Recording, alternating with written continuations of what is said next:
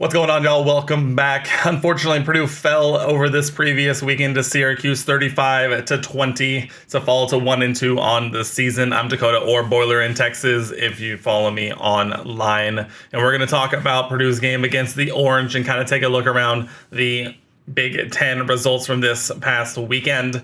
We're mixing things up a little bit this time. We're going to be splitting these up instead of doing a single, post-game and pre-game episode of one of these videos or audio podcasts. We're going to be splitting things up and doing things a little differently from now on, see how it feels, see how it goes on, and move on from there. So this time, we're only going to be covering Syracuse. We're going to take a look around the Big Ten, then we're going to get out of here hopefully a little earlier than we normally would. But where to start when it comes to this Syracuse game? I was very excited going into this game. I knew it was going to be a tough one for us, but at the end of the day, I think this game came down to two things only, one of which is the obvious one of turnovers, and the other obvious one of QB contain. We're going to cover both of these pretty much in detail and go over what went right for Purdue, what went wrong for Purdue. Let's go ahead and we'll start, I think, with the biggest thing that went wrong. That's not the turnovers. So we'll cover the turnovers and kind of what that means here after this. But I think the biggest thing that really made this game and held Purdue at arm's reach the entire way was the legs and rushing ability of one Garrett Schrader, the Syracuse quarterback, who ended up rushing for more yards than he ended up passing for in this game, and really is the big reason that Purdue was held at arm's reach pretty much the entire way. On the day, Schrader ends up throwing for 14 completions on 28 attempts for 184 yards and one interception. But what really, looking at this number again, makes me just a little sick.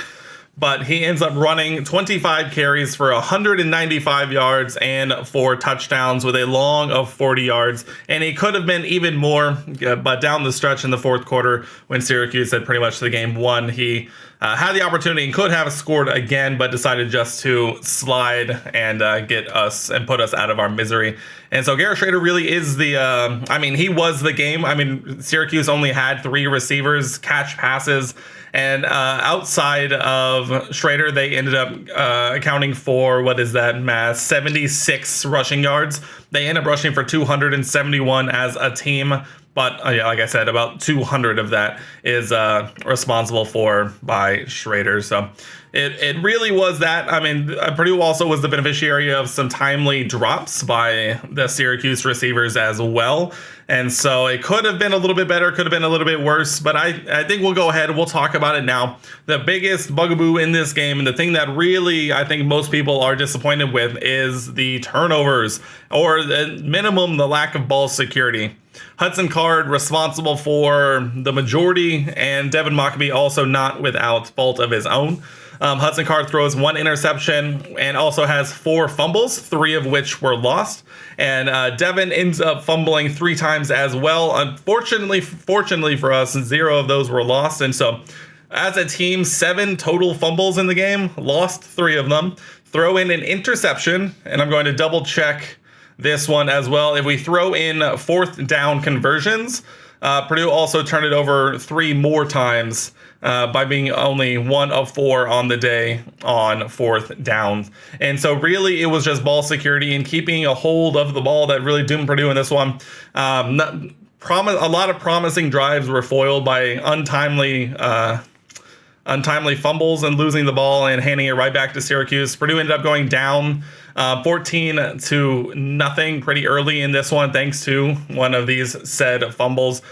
This is something I wasn't really expecting coming into this year, at least when I'm talking about Devin Mockabee specifically. I don't remember many times last year where ball security seemed like an issue, and I have to wonder if some of it might be a little bit of pressing the issue on Maccabee's part. It seemed like every time that the ball got popped loose, it was in a situation where he was trying to, extend the play, make something happen. And credit to Syracuse as well, because anytime I did see a slow motion replay, they were putting themselves in prime position to knock balls loose and really doing what they needed to do to force those fumbles and get those turnovers. So they absolutely deserved to win this game.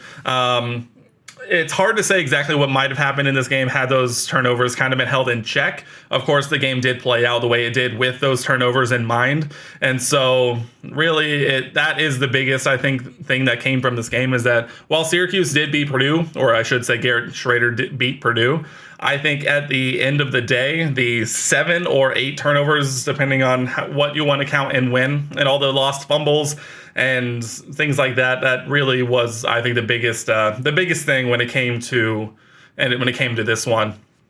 Purdue had a shot late and ended up one, not getting a stop, and 2, just another turnover at the wrong time kind of doomed it from there, as we were unable to complete the comeback, but there were still some good things as well. Let's go ahead. Let's not talk all doom and gloom. I'm sure there are going to be some publications out there who are going to do that. That's not exactly what I like to do here. And if you follow me on Twitter, you'll know that it's not really where I like to make my bed. Let's talk about some of the good things. Hudson Card ends up throwing for the most yards of his Purdue career so far, for 323 yards and a touchdown to Deion Burks, who had a very productive day, considering he only ended up with 4 catches for 51 yards.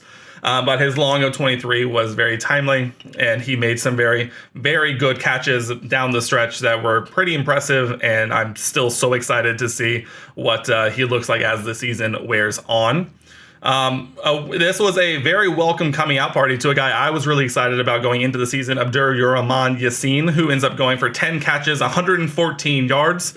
Including a couple of very impressive and timely conversions and catches as Purdue was trying to get some momentum going on offense.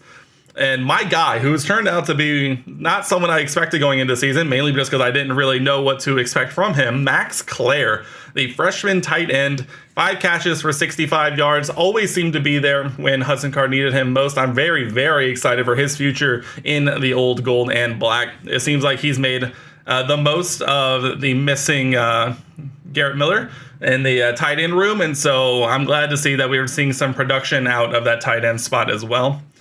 Take a look elsewhere in the rushing game. I think this is where I think most of us were the most disappointed.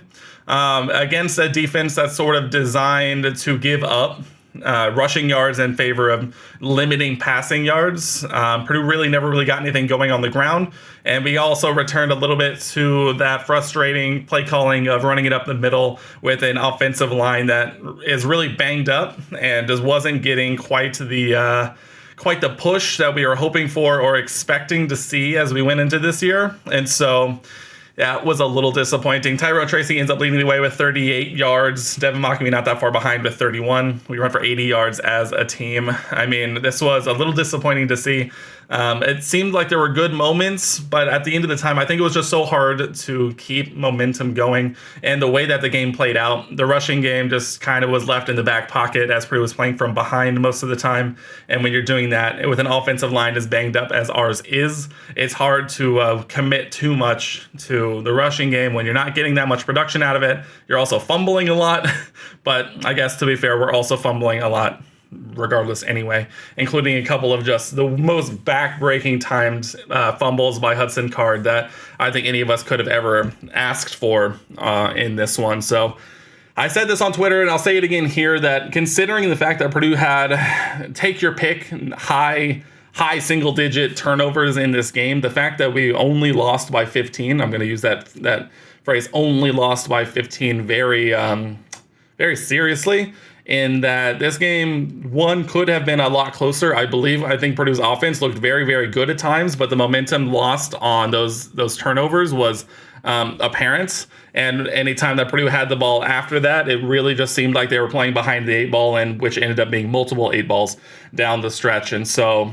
all things considered, I don't think Purdue played that poorly. I mean, there were definitely some issues, obviously, the turnovers. It was also probably one of the more undisciplined games that we've seen so far. Granted, of the 3 that we've seen so far, is a night game against a Power 5 opponent who was talking a lot of game before, and they absolutely came and backed it up. But we saw a lot of oddly timed penalties. Now, granted, I'm not one to go and shout, hashtag refs. But there were some questionable calls and no calls in this game. But at the end of the day, you can't really rely on the refs to make or break a game for you. And so we saw a lot of roughing the passer penalties specifically, and some very questionable DPIs and defensive pass interferences down the stretch as well.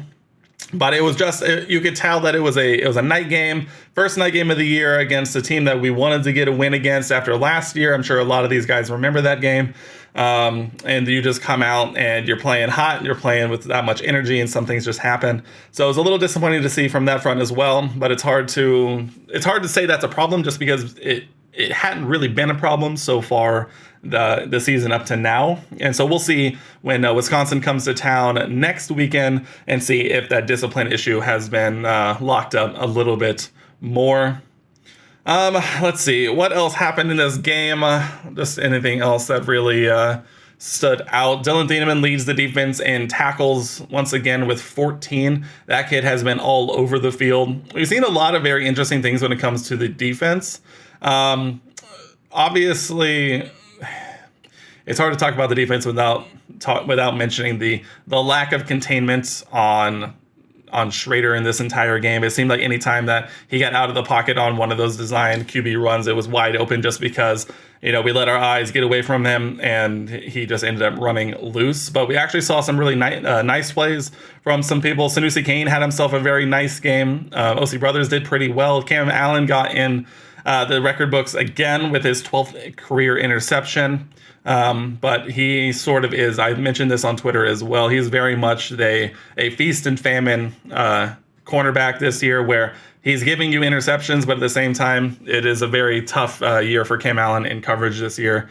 We'll hopefully, we're going to continue to say that we'll hopefully see the secondary continue to get better and continue to improve, but they did fairly well containing Schrader through the air and containing Syracuse through the air, but I think that was also helped by a lot of drops and the fact that they didn't really need to go to the air that often. So it's going to be a pain point this year when it comes to the defense, but I think the defensive line also played pretty decently. I think I'm not complaining too much about that at all. I mean, we were very thin up front, and I think that kind of shows as games wear down, but I think all in all, it went pretty well. Not a whole lot really to do in the kick return game, or the punt game. It was just a frustrating game, because you could see the carrot was dangling just outside our reach for pretty much most of the game, and it just seemed like Purdue couldn't get out of their own way to reach out and take it for themselves. And ultimately, it ends up showing as the offense does some really good things, but then right at the end, it just wasn't enough to hold things down. And so we're going to have to move on. Wisconsin's coming to town next weekend. I think this is another interesting game, another team that is going to provide some different kind of challenges for this Purdue team, both on offense and defense. We'll cover them more in depth in our next episode, or next edition of whatever show we want to call this. I'm not even sure if this is still technically would be considered the Runaway Train Sports Podcast, mainly because it's transitioned to be more of just a video preview post-game style thing, but that's neither here nor there. Let's see, any other final thoughts on Syracuse? It was a very disappointing one, to say the least. I'm assuming that at this point, with 3 games now under our belt, this is definitely more of the outlier than the norm, it would seem. Purdue came into this game having not committed a single turnover, and then comes into this game and gives up, I think, 4 official turnovers by the stats, but effectively many, many more turnovers than that. And so it definitely hasn't been the norm. Obviously, as the sample size gets larger, we'll learn more about what this offense looks like and see if maybe ball security really is something we need to be worried about. But honestly, I'm excited to see this team continue to get healthy, continue to play together, and continue to get better under this coaching staff. I'm also hoping to see that this coaching staff continues to improve on their own. I'll briefly touch on the play calling on offense. I think had its moments of brilliance, but also had moments of just kind of questionable decisions. It seems like I mentioned a lot of things on Twitter. That's where I spend most of my time, if I'm being honest, when it comes to talking about Purdue. Although I am looking to expand a little bit, but again, I'm getting distracted. I think all in all, it seems like on certain situations, Purdue was running fourth down plays on third down and third down plays on fourth down. It seems like we try and run the power football up the gut on 3rd and 1, 3rd and inches to try and get a first down. And then when that doesn't work, we feel like we need to do something a little different. And we try these sort of quick developing pass plays or misdirection plays that just ultimately, when it's on fourth down, there's that much more, pressure on those moments. And so it's something that, I don't know, I'm hoping this coaching staff is looking at. I'm hoping that without knowing the conversations that are going around in the background, it's hard to say for sure, but it'll be something to keep an eye on. But it definitely had its moments where the play calling looked pretty good. I'm not a huge fan of abandoning the run game, but I can also understand when you're playing from behind most of the time, you kind of have to do what you have to do when it comes down to just trying to keep and build some momentum through the air. Let's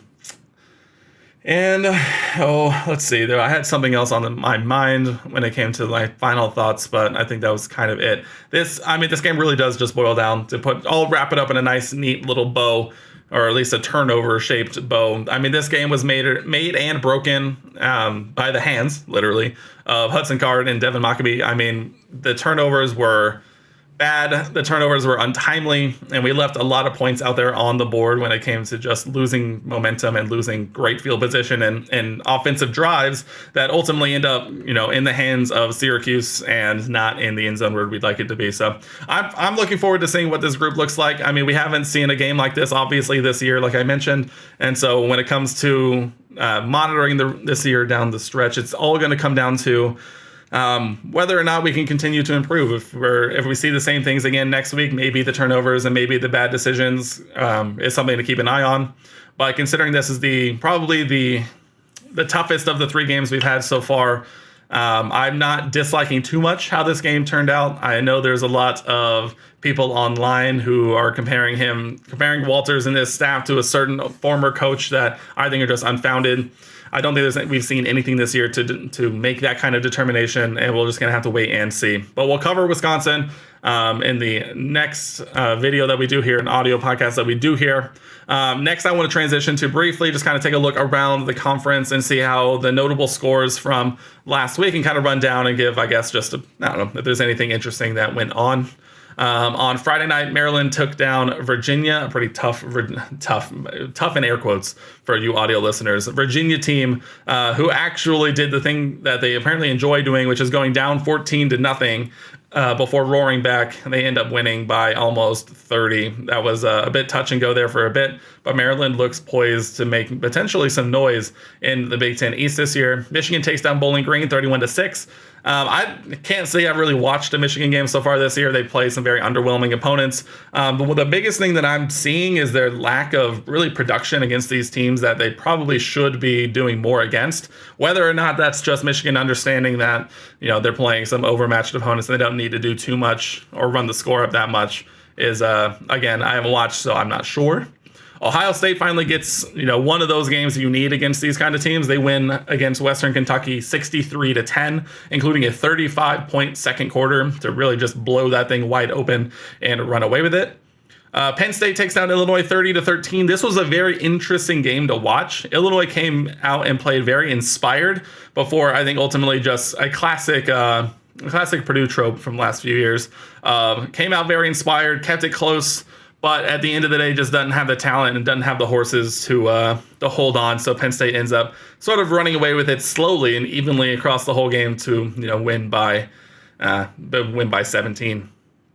And probably one of the most lopsided results of the weekend, Washington marches into East Lansing and demolishes Michigan State 41-7. Michael Penix Jr.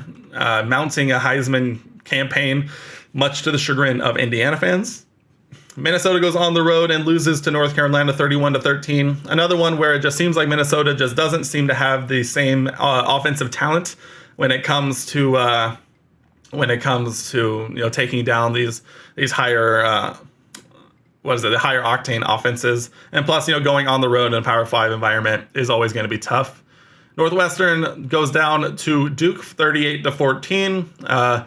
The Fighting Purple Nerds took on the Blue Nerds and end up, walking out of walking out with a heavy 24-point loss and didn't really look too competitive throughout. Iowa scores 41 points in this economy. I know it was against Western Michigan, but they end up winning 41-10. And I believe I saw that they are exactly even or above where they need to be on the season to save Brian France's job, and so that'll be something to keep track of. They really needed one of these games to go like this in the non-conference, or else it could have gotten ugly in terms of their average points per game in conference. So it's still the march towards that 25 points per game continues. Louisville took on Indiana in Lucas Oil Stadium, I believe it was. Louisville ends up marching out to a 21-point halftime lead, 21-0 before 14 unanswered points in the third quarter. But unfortunately, Indiana not enough down the stretch and falls 21-14. This was a very interesting game to watch. It looked like both Indiana was going to get blown out, and then it looked like we almost had a Jeff Brom special of run out to a lead and then lose it all down the stretch and lose in heartbreaking fashion. But Louisville holds on against the Hoosiers. Wisconsin takes on Georgia Southern, and really it took until all of the third quarter for Wisconsin to remember that they had Braylon Allen as a running back before they march on to a 35-14 win over Georgia Southern. A good get-right game for them before marching into the gauntlet that is West Lafayette. Rutgers takes on Virginia Tech, Purdue's common opponent from last weekend. Rutgers walks out with a 35-16 win. This was a pretty comfortable win for Rutgers. Virginia Tech never really had anything going, and it seems like it could be a long year in Blacksburg, Virginia this season for them. Nebraska gets on the board as they take down Northern Illinois 35-11 in their first win of the year. It looked like they make